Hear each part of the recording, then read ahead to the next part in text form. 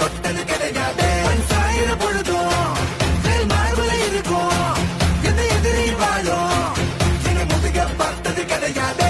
1000 கை ஒண்ணு சரிக்கும் உன் மனச தூக்கி நிறுத்து.